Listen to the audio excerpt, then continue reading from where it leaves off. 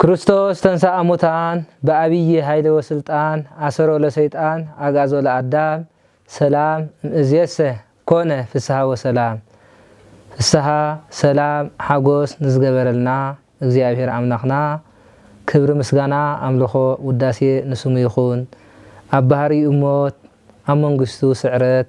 ኣብ ህላዊ ሕልፈት ዘይብሉ እግዚአብሔር አምላኽና ንሃጣኣንን ንጻድቃንን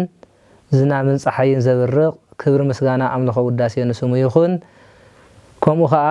እታ ካብ ጎኑ ዘይትፍለ ስለ ሃጣኣን ደቃ እተማልድ ኣዴና ቅድስቲ ቅዱሳን ድንግል ማርያም መመክሒትና ዝኾነት ክብሪ ምስጋና ይብፅሓያ። ከምኡውን ኩሎም ቅዱሳን መላእክቲ በብማዕርጎምን በብፆታዎምን ዝኸበሩን ዝተመስገኑን ይኹኑ። ከምኡውን ኩሎም ቅዱሳን ኣቦታትና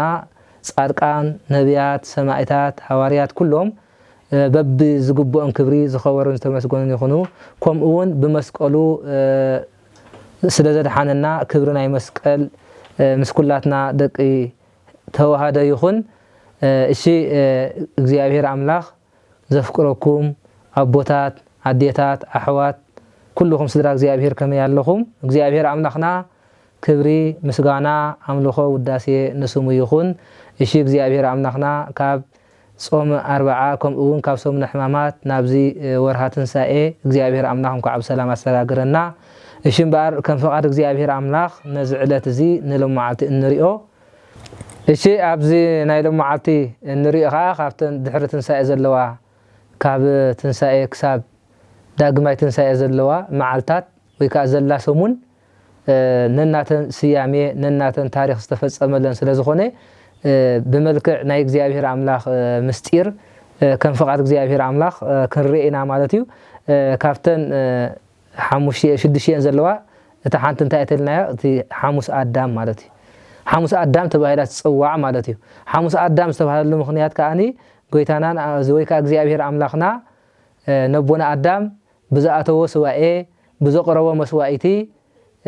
ከድሕነካ ኢሉ ቃለ ኪዳን ስለ ዝኣተወሉ ሓሙስ ኣዳም ተባሂላ ትፅዋዕ ማለት እዩ። ምክንያቱ ኣቐድም ኣቢልና እንተሪእናዮ ኣዳም ናይ መጀመርታ ሰብ ኮይኑ ናይ ኩሉ ሰብ ኣቦ እዩ ማለት እዩ። ብሻድሸይቲ ዕለት ስለ ዝተፈጥረ ናይ ሰብ ኩሉ ምንጭ ስለ ዝኾነ ናይ ሰብ ዘርኢ ኩሉ ካብኡ ተረኺቡ ማለት እዩ። ስለዚ በዚ ዕለት እዚ እምበኣር ንኣዳም ዝተዋሃቦ ናይ ተስፋ ቃል ስለ ዝተፈፀመሉ እንታይ ተባሂላ ትፅዋዕ? ሓሙስ ኣዳም ተባሂላ ትፅዋዕ ማለት እዩ። እዚ ከ ብኸመይ ኣትሉ ኪዳን ድሕሪ ተሪእናዮ ንኣብነት ኣብ ኦሪት ዘፍጥረት ምዕራፍ 3 ፍቅዲ 15 ዘሎ ሃይለ ቃል ኣስተጻርር ማእከለከ ወማእከለ ብእሲት ማእከለ ዘርእከ ወማእከለ ዘርአ ውእቱ ለይእቀብ ርእስከ ወአንተኒ እቀብ ሰኮናሁ ማለት እዩ። ኣብ መንጎ ዘርእኻን ወይ ከዓ ኣብ መንጎኻን ኣብ መንጎ ሰበይትን ኣብ መንጎ ዘርእኻን ኣብ መንጎ ዘርአን ኣነ ፅልኢ ተክል ኣለኹ ንሱ ርእስኻ ክጭፍልቕ ንስኻ ከዓኒ ሸኾኑ ክትነክስኻ ኢሉ ንተመን ኣብ ዝረገመሉ ግዜ ማለት እዩ ዝሃቦ ኪዳን ወይ ከዓ ንርኢ ማለት እዩ። ስለዚ እምበኣር ኣብ መንጎ ሔዋንን ኣብ መንጎ ደቃን ምስ ተመን እንታይ ፅልኢ ከም ምዃኑ ማለት እዩ። ምክንያቱ ከም ንፈልጦ ተመን ኩሉ ግዜ ንደቂ ሰባት ክነክስ ደቂ ሰባት ከዓኒ ንተመን ክቐትሉ ማለት እዩ። እዚ ከዓ ርእሱኻ ክጭፍልቕ ማለት ከዓኒ ተመን ኣብዚ ወቕዓኻ ርእሱ ተዘይቀቲልካዮ ወይ ከዓ ርእሱ ተዘይጨፍጭፍካዮ ክመውት ወይ ከዓ ሂወቱ ክሓልፍ ስለዘይክእል ርእስኻ እሱ ከዓኒ ርእስኻ ክጭፍልቕ እዩ ተባሂሉ ማለት እዩ። ከምኡ እውን ኣብ መንጎ ኣዴና ቅድስቲ ቅዱሳንን ኣብ መንጎ ዘርአ ተባሂሉ ዘለኻ ኣብ መንጎ ጎይታናን ኣምላኽናን መድሓኒናን ኢየሱስ ክርስቶስ ማለት እዩ። እዚ ከዓኒ ኣብ መንጎ ዲያብሎስን ወይ ከዓኒ ኣብ መንጎ ጎይታናን ኣምላኽናን መድሓኒናን ኢየሱስ ክርስቶስ ዘሎ ወይ ከዓ ኣብ መንጎ ኣዴና ቅድስቲ ቅዱሳንን ኣብ መንጎ ዲያብሎስን ዘሎ ማለት እዩ። እዚ ከዓ ከመይ ተይልና ጎይታናን መድሓኒናን ኢየሱስ ክርስቶስ ምስ ተወልደ ወዲ 2 ዓመት ምስ ኮነ ሄሮድስ ነቲ ህፃን ክቐትሎ ይደሊ እሞ ሒዝካዮ ንግብፂ ህደም ኣብ ዝበለሉ ግዜ ፀላእ ሰናያት ወይ ከዓ ዲያብሎስ ኣብ ሄሮድስ ሓዲሩ ኣብ ሰራዊትን ሓዲሩ እግሩ ንኽቐትል ንጎይታ ኢየሱስ ክርስቶስ ወይ ከዓ ንኣዴና ቅድስቲ ቅዱሳን ድንግል ማርያም ንኸሳድድ ከይዱ ከም ዝነበረ ቅዱሳት መፅሓፍትና ይነግሩና ማለት እዩ። ስለዚ ከዓ ነዚ መንጎ እዚ ኣብ መንጎኻን ኣብ መንጎን ፅልኢ ተክል ኣለኹ ዝበለ ነዚ ማለት እዩ። ከምኡ ከዓ ንስኻ ከዓኒ ርእሱ ክትጭፍልቕካ ዝተባሃለ ከዓ ጎይታናን መድሓኒናን ኢየሱስ ክርስቶስ ክብሪ ንስሙ ይኹን ኣብ ዕለተ ስቅለት ተሰቂሉ ንዲያብሎስ ርእሱ ከም ዝጨፍለቆ ንዲያብሎስ ከዓ ወጢሩ ናብ ሲኦል ከም ዝደርበዮ ዝገልጽ ምስጢር ስለ ዝኾነ እዚ ችዳን እዚ ወይ ከዓኒ ኣትይሉ ዝነበረ ነዚ ጎይታና ኢየሱስ ክርስቶስ ነቦና ኣዳም ከም ዝኸሓሰሉ ወይ ከዓኒ ርእሱ ንዲያብሎስ ከም ዝጨፍለቀሉ ዘረዳእና ምስጢር እዩ ማለት እዩ ስለዚ ከምኡ እንታይ እዩ ዲያብሎስ ከም ዝተረገመ እዩ ምክንያቱ ንሱ ናይ ክሕደት ነቕዒ ወይ ከዓ ስለ ዝኾነ እዚ ከዓ ተረገመ ወይ ከዓኒ ርጉም ኩን ኢልዎ ማለት እዩ እዚ ከዓኒ ዓመፃ ወፃት እመዛግብቲሃ ከም ዝበሎ ማለት እዩ እዚ ከዓ ዓመፃ ካብቲ መዝገባ ወፅያ ከም ዝበሎ ካብ ገዛእ ፍቃዱ ሓሶት ስለ ዝነበረ ዲያብሎስ ከዓ ርጉም ኩን ኢሉ እግዚአብሔር ኣምላኽ ከም ዝረገመ ማለት እዩ ከምኡ ከዓኒ ሓመድ ብላዕ ማለት ከዓኒ ሕሱር ኮንካ ወይ ከዓኒ ውዱቕ ኮንካ ንበር ዝብል መርገም ረጊምዎ ነበረ እሞ በዚ ከዓኒ ጨፍሊቑ ከም ዝቆተሎ ወይ ከዓኒ ከም ዘርሓቆ ዝገልጽ ምስጢር ብምዃኑ እዛ ዓለት እዚኣ እንታይ እያ ተሪእናያ ወይ ከዓኒ ሓሙስ ኣዳም ተባሂላላ ስለዚ ናይ ኣቦና ኣዳም ከም ዝኸሓሰሉ ንዲያብሎስ ከም ዝሰዓረሉ ዝገልጽ ምስጢር ብምዃኑ ነዚ የረዳእና ኣሎ ማለት እዩ ከምኡ እንድሕር ተሪእናዮ ጎይታና ኣምላኽና መድሓኒትና ኢየሱስ ክርስቶስ ብሓሙሽተ መዓልቲ ካብ ትንሳኤኡ መበል ክንደይ ኮይናላ መበል 5 መዓልቲ ሓሙስ ኣዳም ማለት እዩ ሰንበት 1 ሶኒ 2 ሰሉስ 3 ረቡዕ 4 ሓሙስ ከዓ ክንደይ 5 ማለት እዩ እዚኣ ከዓ 5 መዓልቲ ብምዃና እግዚአብሔር ኣምላኽ ከዓ እንታይ ኢልዎ ነይሩ ኣብ መጽሓፈ ቀሌምጦስ እንድሕር ተሪእናዮ በሐሙስ ዕለት ወበመፈቃል ዕለት እትወለድ ወለተ ወለትከ ወእድህግ ወሰመርህብከ ኢልዎ ነይሩ ማለት ስለዚ ኣብዚ ከዓ ኣነ ብሓሙሽተ መዓልትን ፈረቓን ወይ ከዓ ብ5500 ዓመት ካብ ጓልጓልካ ተወሊደ ከድሕነካ እየ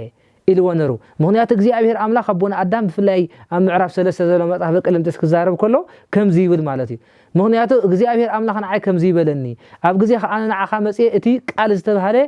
እግዚአብሔር ወልድ መጽየ ንዓኻ ኣብዚ ከድሕነካ እየ ዕውራን ክርእዮም ሓንካሳት ብእግሮም ክኸዲኦም ለምጻማት ክነጽሂኦም ኩሉ ከዓ እንታይ እዩ ሓጎስን ሰላምን ክኾን እዮም ሃጣን ከዓኒ ጽድቂ ክገብርኦም ዝብል ኣትለይ ነርእዩ ማለት እዩ ስለዚ ከዓኒ ካብ ጓልጓልካ ተወሊደ ከድሕነካ እየ ማለት እምበር ካብ ትንሳኤ ካብ ትንሳኣላ መበል 5 መዓልቲ ከም ዝኾነት እግዚአብሔር ኣምላኽ ከዓኒ ብ5 መዓልቲ ኢልዎ ዘሎ መጽሓፍትና ከም ዝሕበርዎ 5500 ብኣቆጻጽራናትና ከዓኒ ሓደ መዓልትን ፈረቓኒ ማለት እዩ እዚ ከዓ ከም እንተልናዮ ዘማራይ ዳዊት ብመንፈስ እግዚአብሔር ኣምላኽ ገሊጽሎ ኣብ መዝሙር 89 ወይ ከዓ መዝሙር 9 ዘሎ ፍቅዲ 4 ከምዚ ይብል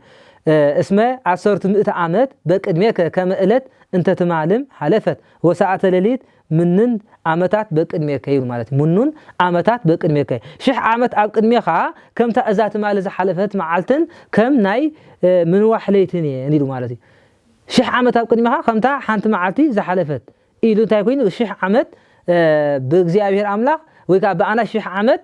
ብእግዚአብሔር ከዓ ሓንቲ መዓልቲ ስለ ዝኾነት ብ5 መዓልትን ፈረቓን ከድሕነካ እየ ዝበሎ ነዚኣ ሓሙስ ኣዳም ችዳን ዝኣተወ ወይ ከዓኒ በታ 5 መዓልቲ ከድሕነካ እየ ብዝበሎ ምክንያት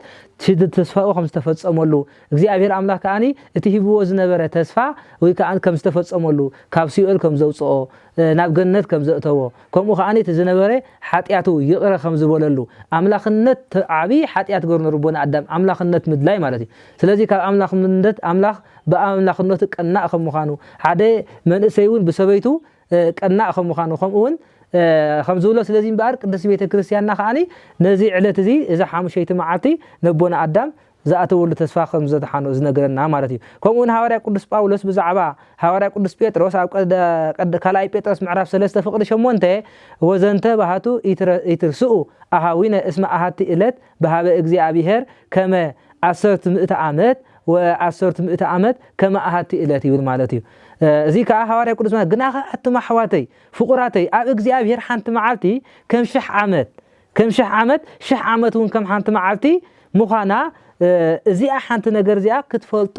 ይፈትለኹ ኢሉ ማለት እዩ ስለዚ እምበር ናብ ቅድሚ እግዚአብሔር ኣምላኽ እንታይ ኢልዋሎ እዚኣ ሓንቲ መዓልቲ ወይ ከዓ እዚኣ ሓንቲ መዓልቲ ኣብ ቅድሚ እግዚአብሔር ወይ ከዓ ኣባና 1000 ማለት እዩ ሓንቲ መዓልቲ ኣብ ቅድሚ እግዚአብሔር በኣና 1000 ኣብ ቅድሚ እግዚአብሔር ከዓ ሓንቲ መዓልቲ ከም ምዃና ብ5 መዓልቲ መጽየ ከድሕነካ እየ ዝበሎ ነቦና ኣዳም ከም ዝተፈጸመሉ ይነገረና ማለት እዩ ከምኡውን ኣብ ገድሊ ኣዳም ከምዚ ዝብል ቃል ኣሎ ማለት እዩ እዚ ከዓ ብ5500 ዘመን ምስ ተወድአ ምሕረተይ ናትካን ናይ ጻድቃን ነብሳትን ክምሕር እየ እዚ ሎሚ ትሰትዮ ዘለኻ ማይ ሎሚ ትረኽቦ ኣይምሰልካ ኣብ ጎልጎታ ደመይ ኣብ ልዕሊኻ ምስ ኣፍሰስኩ ደመይ ንዓኻ ማይ ህይወት ክኾነካ እዩ ንዓኻ ጥራይ ዘይኮነ ኩሎም እቶም ካብ ዘርእኻ ዝተወልዱ ዝኣመኑን እዩ ኢሉ ነገረ ይብለና ማለት እዩ ስለዚህ እምበር በዚ ነገር እንድሕተርኢናዮ እግዚአብሔር ኣብ 5500 ዓመት እንታዩ ናብዛ ዓለም እዚ ከም ዝመጽእ ከድሕን ከለኹ ንዓኻን ንደቅኻን እዚ ትሪኦ ዘለኻ ማይ ሎሚ ትሰትዮ ኣይምሰልካ ኢልዎ ሎሚ ትሰትዮ ኣይምሰልካ እንታይ ዳ ኣነ ኣብ ጎልጎታ ኣብ መስቀል ተሰቂለ ካብኡ ጎነይ ብዝፈስስ ማይ ተሓጺብካ ካብ ጎነይ ብዝፈስስ ማይ ከዓ ሰቲኻ ኢኻ ናብ ህይወት እትረክብ ወይ ከዓኒ ናብ ገነት እተኣቱ ዝብል ኪዳን ተስፋ ኣትዩሉ ስለዝነበረ ማለት እዩ ስለዚ እግዚአብሔር ኣምላክ ኪዳኑ ዘይሕስብ ምዃኑ እግዚአብሔር ኣምላክ ከዓ ነቲ ኩሉ ዝገብሮ ከዓ በዚ ኣብ ሰዓቱን ግዜኡን ስለዝገብሮ ነዚ ከም ዝፈጸመሉ ዘረዳእና ኃይለ ቃል ምዃኑ ክንፈልጦ ይግባአና ማለት እዩ ስለዚህ እምበር ሐሙስ አዳም ዝተባሃለሉ ምኽንያት እምበር በዚ ምዃኑ ቅዱስ ቤተክርስቲያንና ትነግረና ማለት እዩ ስለዚህ መጽሐፍትና ኩሉ ግዜ ኣብርሄ ምኽንያት ናይ ወዲ ሰብ ዕድመ ሓፂር ኢልዎ ሐዋርያ ቅዱስ ጳውሎስ ይኹን ወይ ከዓኒ ቅዱስ ዳዊት እውን እንተ በዝሐ ናይ ወዲ ሰብ 70-80 እዩ ካብኡ ንዘሎ ከዓኒ ሕማምን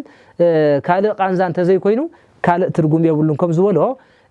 እዛ ዓለት እዚኣ ከዓ ንዓና ናይ ኣቦና ኣዳም ድሕነት ከም ዝኾነት ንሕና ከዓኒ ሓፂር ዕድሜና ከም ዝኾነ ፈሊጥና ከነብል ይግባእ ምኽንያቱ ኣቦና ኣዳም ዕድሜ ናይ ወዲ ሰብ 1000 ተዋሂብዎ ነይሩ ማለት እዩ ምኽንያቱ ኣቦና ኣዳም 930 ዓመት ገሪኡ ስግኡ ካብ ነብሱ ተፈልያ ማለት እዩ ስለዚህ እንድሕር ዳተን 7 ተሪፈን ንዐን መሊእዎን ተዝኸውን ነበረ 1000 ዓመት ነጊሱ እንታይ ጎል ነታ ህይወት እትህብ ምግቢ በሊዑም ነበረ ነሩ ስለዚህ እምበር እታ ህይወት ዝተባሃለት ምግቢ ስለዘይበልዓ ከድሕነካ ቺዳን ስለዝኣተውሉ ንዓት በልዓላ ግዜ ከም ጻልካ ኢልዎ ንሳ ከዓ እንታይ ብስጉኡ እንደምንገሩ መድኃኔ ዓለም ኢየሱስ ክርስቶስ ከም ዝሃበና ብዝተቆርሰ ስጉኡን ብዝተፈሰሰ ደምንገሩ ከዓ ድሕነት ከም ዝገበረልና በዚ ከረዳእና ይግባእ ማለት እዩ ስለዚህ እምበር ካብዚ እንምሃሮ እንታይ እንድሕር ዳ ተርኢና እታ ቀዳመይቲ እግዚአብሔር ኣምላኽ ዝኣተወ ኪዳን ከም ዘይጠልም ማለት እዩ እግዚአብሔር ኣምላኽ ዝኣተወልካ ኪዳን እግዚአብሔር ኣምላኽ ዝሃበካ ተስፋ እግዚአብሔር ኣምላኽና ዝገበረልካ መጽዋዕ ወይ ከዓ ናብ እግዚአብሔር ዝገበርካዮ መጽዋዕ ናብ እግዚአብሔር ኣምላኽ ዝገበርካዮ እግዚአብሔር ኣምላኽ ቺዳኑ ከም ዘይጠልም ቺዳነ ተካይድኩ ምስለ ሆርያኒ ከም ዝበለመ ምስ ሕርየይ ዳዊት ምስ ሕርያተይ ቅዱሳተይ ኪዳን ኣትየ ኢሉ እግዚአብሔር ኣምላኽ ዘይጠልም ኪዳን ስለዝሃበና እግዚአብሔር ኣምላኽ ኣብ ንጽልየሉ ግዜ ብናይ ኣማላድነት ቅዱሳን ኣብ ንልሙነሉ ግዜ እግዚአብሔር ኣምላኽ ንዓና ከም ዝሰምዓና ወይ ከዓኒ ኣብ ግዜኡን ሰዓትን መጽኢ ከዓኒ ተስፋና ወይ ከም ዝፍጽመልና የረዳእና ካልኣይ ከዓኒ ቃሉ ከም ዘይቅይር እግዚአብሔር ኣምላኽ ቃሉ ኣይቅይርኒ ምክንያቱ እግዚአብሔር ነቢ ኢሳያስ እንታይ ኢሉ ሓሳበይን ሓሳባትኩምን እንታይ ይፈላለ ኢሉ ከምቲ ሰማይ ካብ ምድሪ ልዕል ከም ዝብል ሓሳባተይ ካባኹም ልዕል ይብል እዩ ማለት እዩ ስለዚህ ናይ እግዚአብሔር ኣምላኽ ሓሳባት ናይ እግዚአብሔር ኣምላኽ ቅድስና ሓንሳብ ዋላ ሓጢያት ግበር ናብኡ እንድሕር ተቐሪብካ ብንስሓ ናብኡ ተቐሪብካ ብምሕረት ከም ዝቐርበካ ኣሚንካ ሰናይ ነገር ከም ተብ ስለዚህ ቃሉ ኣይቀይርኒ ማለት እዩ ምክንያቱ በቲ ቃሉ ሓንቲ ቃል ተዛረብ ኢልዎ እቲ ኣማነ ሰብ ዝነበረ ኣብ እስራኤል ወዲ ዝሓመመ ወደይ ጎይታይ ናብ ቤተይ ክትኣቱ ኣይበቅዕን እሞ ሓንቲ ቃል ተዛረብ ኢልዎ ምክንያቱ ወደይ ክሓዊ ኢሉ ማለት ኣብ እስራኤል ከምዚ ዝበለ እምነት ኣይረኣኹን ኢሉ ዝተደነቐሉ ሰብኣይ ሞኒዚ ኣቦና ኣዳም እዩ ማለት እዩ ብምስጢር ክመጽእ ከሎ ኣቦና ኣዳም ማዕረኽነ ናብ እግዚአብሔር ኣምላኽ ትሕት ኢሉ ከም ጸለየ ዝገልጽ ምስጢር ስለዝኾነ እምበር እግዚአብሔር ቃሉ ዘይቅይር ኣምላኽ ስለዝኾነ ከም ደቂ ሰባት ዝኣተወሉ መሓላ ዘይጠልም ምዃኑ እግዚአብሔር ክትፈልጦ ይግባአና ሎሚ ክንደይ ቃለ ኪዳን ኣቲና ኣብ መንጎ ሰብኣይን ሰበይትን መሓላ ዘይፈረስና ክንደይ ኣብ መንጎ ክልተ ይሕዋት ቃል ኪዳን ኣቲ ዘይፈረሰ ክንደይ ሎሚ ቃል ኪዳን ዝኣተወ ኣብ መንጎ ኩሉ ነገር እንታይ መሓላ ዘፍርስ ብዙሕ ሰብ ናይ እግዚአብሔር ቃል ግን ዘይቅየር ስለዝኾነ ናብኡ እንታይ ክንገብር ይግባአና እዩ ከም ቃሉ ከም ዝሕውየና ብሓንቲ ቃል ተዛረቢልና ህይወት ከም ዝረክብ ከም ኣቦና ኣዳም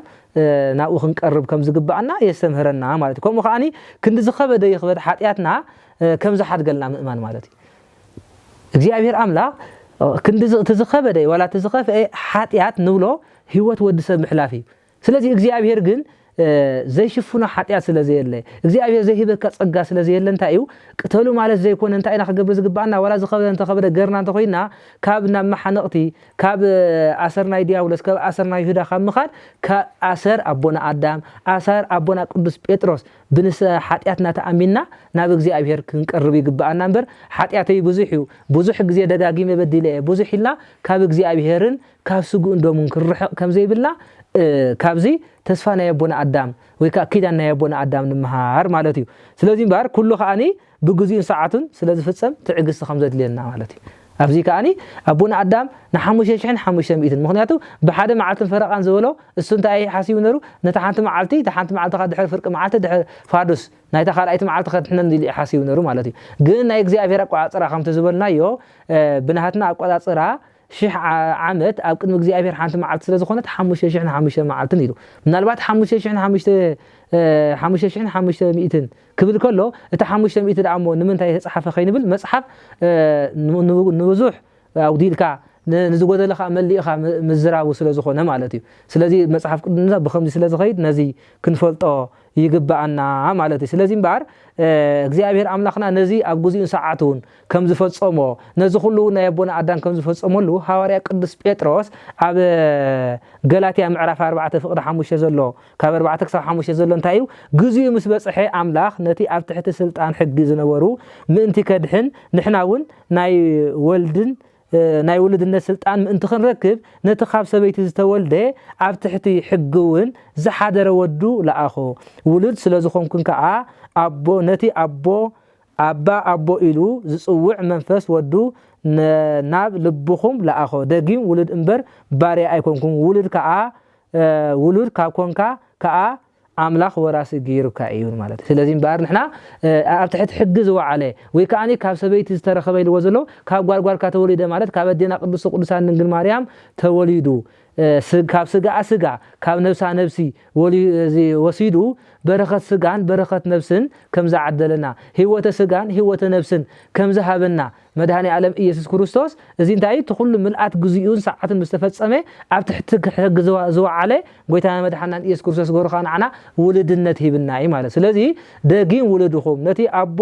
أبو لان سووا خانسو دقين ولد سلازخون كا بارع يكون كان سلازي ولد سلازخون كا خاني أجزي أبيهر أملاخ وراسي غير كاي كم زبلنا نحنا خاني نايدار النت نايت ألمات زبن تقنطيتو ناي أبونا أدم تشدان أتي أبونا أدم نفتنا كدم محدريو فكذا أجزي وياجوز الأدم كم ياجوه هذا تكات منور خمس زول مالتي أجزي أبيهر أملاخ نبونا أدم كدحنه فقد نامناي قدم محدريو خا كمل صفته خمس بلاي أجزي أبيهر أملاك نتي تتأمقنا مسعبنا عندنا حتيات زجبرنا يخا بنسحة هيوت أو بوتاتنا قريبنا نقدس بيت كريستياننا سجون دومون نخنقرب قدس بيت كريستياننا حضرت لنا اللامون إذا علت زي بحصر زبلاي حاموس أدم استوى هذا المخنيات نزخن زرزرون ويكا نزي بحصر زبلاي بدخون قالاتنا بتا نيشي عقمنا نزقربنا يو إيمو أجزي أبيهر أملاخ سمعنا يو أو لبنا حضرلنا